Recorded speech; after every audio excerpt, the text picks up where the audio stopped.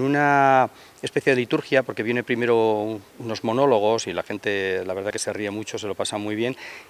Sigue creciendo el espectáculo y se produce un punto, una inflexión grande cuando saco gente del público, se sube a cantar y ahí pega, a partir de ahí ya es una explosión de energía.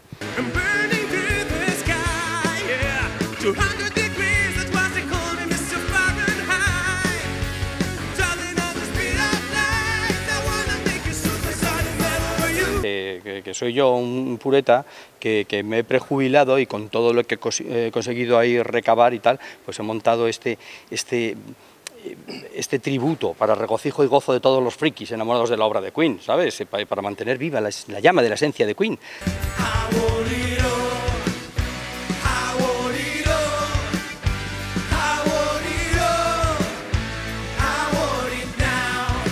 O sea, probablemente es lo más bestia que puedes cantar.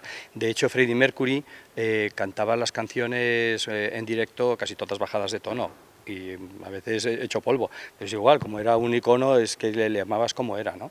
Pero es muy, muy, muy difícil. Y luego, por otra parte, que Freddie Mercury no cantaba todos los días, y nosotros todos los días.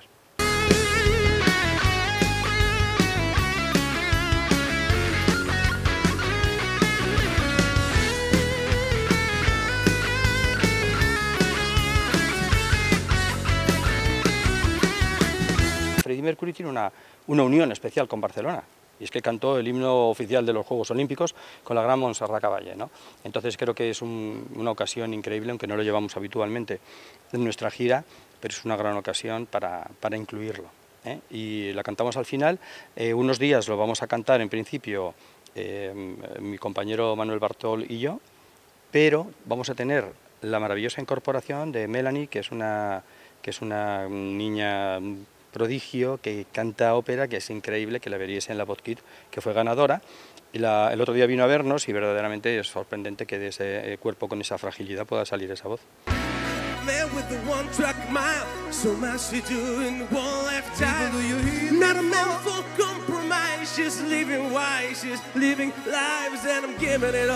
man, keeping it on.